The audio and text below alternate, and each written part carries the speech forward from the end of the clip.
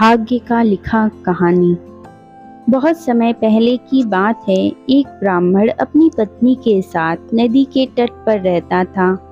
उन दोनों की कोई संतान नहीं थी। उनकी बड़ी इच्छा थी कि कम से कम एक संतान उनके यहाँ जरूर हो। एक दिन ब्राह्मण जब ध्यान में लीन था, तभी एक चील ने अपने पंजे में फंसी एक चूहिया उसके ऊपर गिरा दी। ब्राह्मण ने उस चूहिया को घर ले जाने का निश्चय किया, लेकिन उससे पहले उसने उसे एक लड़की में बदल दिया। उस लड़की को देखकर ब्राह्मण की पत्नी ने पूछा, कौन है ये? इसे कहाँ से लाए हो? ब्राह्मण ने पत्नी को पूरी बात बताई। उसकी पत्नी बहुत प्रसन्न हुई और वह बोली, तुमने उसे जीवन दिया है, इसलिए तुम ही उसके पिता हुए। इस तरह मैं भी उसकी माँ हुई।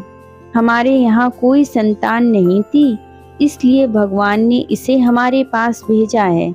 जल्द ही वह बच्ची एक सुंदर युवती बन गई। जब वह 16 साल की हुई तो ब्राह्मण और उसकी पत्नी ने उसका विवाह करने का निश्चय किया।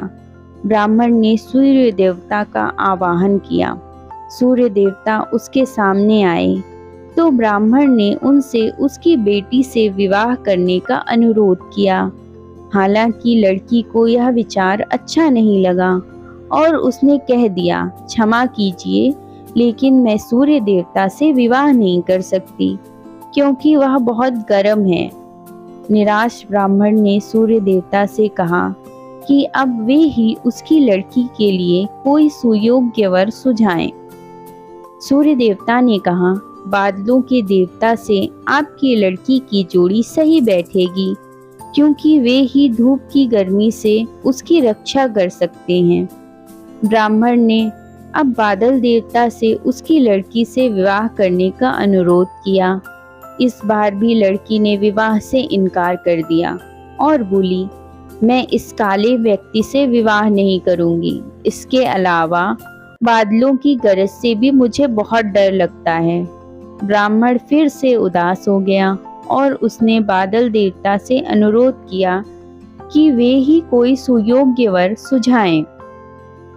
बादल देवता ने कहा, पवन देवता के साथ इसकी जोड़ी अच्छी रहेगी, क्योंकि वे आसानी से मुझे उड़ा सकते हैं।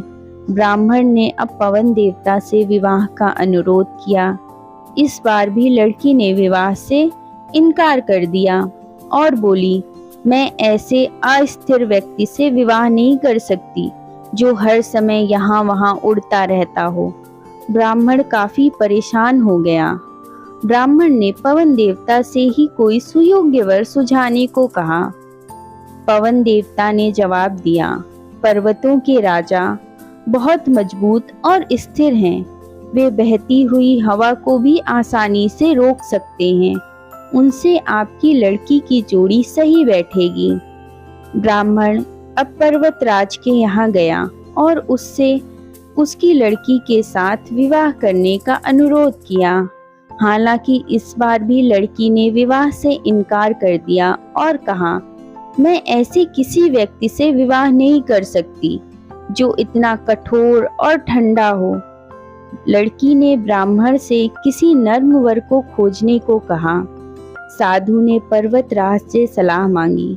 पर्वतराज ने जवाब दिया, किसी चूहे के साथ ही आपकी बेटी की जोड़ी अच्छी रहेगी, क्योंकि वह नर्म भी है और आसानी से किसी पर्वत में भी बिल बना सकता है। इस बार लड़की को वर पसंद आ गया।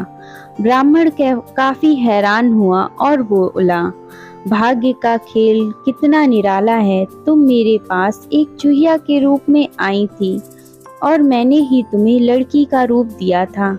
चूहिया के रूप में जन्म लेने के कारण तुम्हारे भाग्य में चूहे से विवाह करना ही लिखा था और वही हुआ। भाग्य में जो लिखा था वही हुआ। ब्राह्मण ने फिर से प्रार्थना करी और लड़की को दोबारा चूहिया बना दिया।